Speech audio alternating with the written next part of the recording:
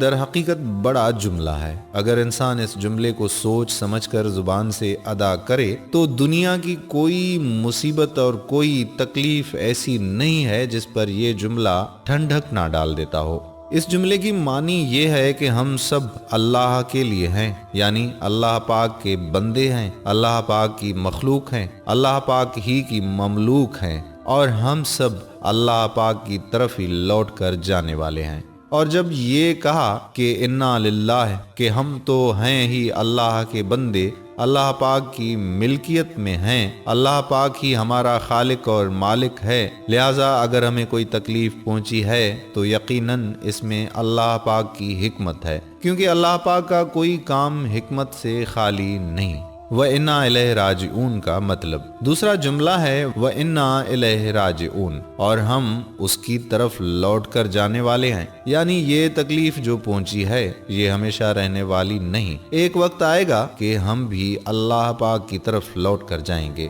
اگر ہم نے اس مصیبت پر صبر کیا اور اس کو اللہ پاک کی طرف سے سمجھا تو اس کے نتیجے میں ہمیں اللہ پاک کے پاس اجر حاصل ہوگا۔ مصیبت کا بدل مانگیے۔ اب اس پر کسی کو یہ خیال ہو سکتا تھا کہ جب تم مصیبت پر راضی ہو گئے اور اللہ پاک سے اس مصیبت پر اجر بھی مانگ رہے ہو تو اس کا مطلب یہ ہے کہ یہ مصیبت باقی رہے، لیکن سرکار دو عالم صلی اللہ علیہ وآلہ وسلم نے اگلا جملہ ارشاد فرما کر اس خیال کی تردید فرما دی، چنانچہ فرمایا کہ یہ کہو کہ اے اللہ مجھے اس مصیبت کے بدلے کوئی بہترین چیز عطا فرما دیجیے، یعنی میں اگرچہ آپ کے فیصلے پر راضی ہوں اور آپ کے فیصلے پر مجھے کوئی گلہ اور شکوہ نہیں ہے اور نہ اعتراض ہے، لیکن اے اللہ میں کمزور ہوں، میں مصیبت کا تحمل نہیں کر سکتا، اس لیے آپ میری کمزوری پر رحم فرمائیے اور آپ میری یہ مصیبت دور فرما دیجئے اور اس کے بدلے میں مجھے اچھی حالت عطا فرما دیجئے۔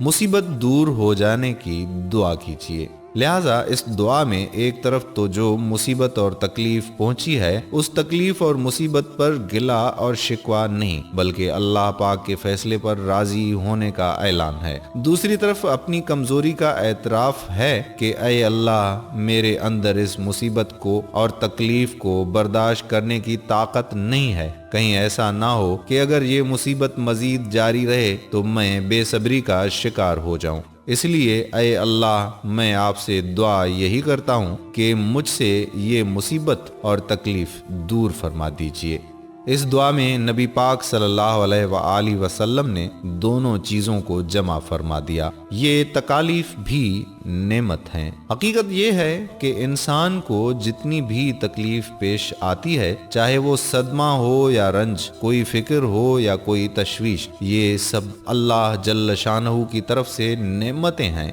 اس لیے نعمت ہیں کہ اللہ پاک نے یہ سب تکلیفیں اپنی حکمت سے مومن کے اوپر ڈالی ہیں اور یہ سب مومن کے لیے ثواب اور ترقی درجات کا ذریعہ بن رہی ہیں اور گناہوں کی مغفرت کا ذریعہ بن رہی ہیں، لیکن ہم اپنی کمزوری کی وجہ سے یہ دعا کرتے ہیں کہ اے اللہ اس کے بجائے ہمیں راحت کی نعمت عطا فرمائیے اور اس پر شکر کی توفیق عطا فرمائیے۔ تکلیف میں اللہ کی طرف رجوع۔ نبی محترم صلی اللہ علیہ وآلہ وسلم نے اس حدیث میں یہی دعا فرمائی ہے کہ اے اللہ اس مصیبت کے بدلے اس سے بہتر کوئی ایسی چیز عطا فرما دیجئے جس کو میں برداشت کر سکوں اور میری کمزوری کے مطابق ہو، لہٰذا جب بھی انسان کو کوئی صدمہ، تکلیف، مصیبت پیش آئے تو فوراً اللہ پاک کی طرف رجوع کرے اور کہے یا اللہ یہ مصیبت پیش آ گئی ہے، آپ اس پر مجھے ثواب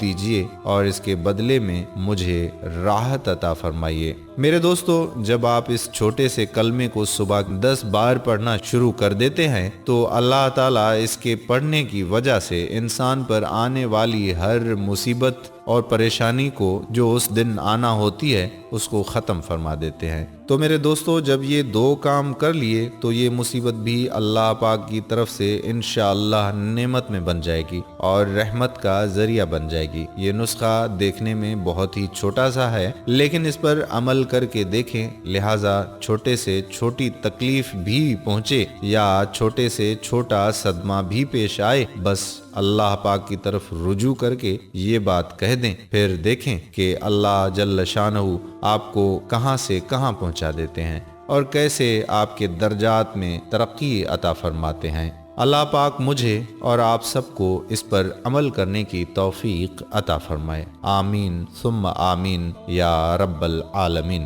آخر میں ہم امید کرتے ہیں کہ آپ کو ہماری آج کی یہ ویڈیو ضرور پسند آئی ہوگی۔ اگر آپ کو ہماری آج کی ویڈیو پسند آئی ہے تو آپ سے گزارش یہی کرتے ہیں کہ آپ ہمارے چینل اسلامک ٹیچر کو ضرور سبسکرائب کر لیں اور ساتھ ہی لگے بیل کے بٹن کو بھی پریس کر لیں تاکہ آپ کے پاس فیوچر میں ہماری اپلوڈ ہونے والی مزید معلوماتی ویڈیوز کا نوٹیفیکیشن ملتا رہے۔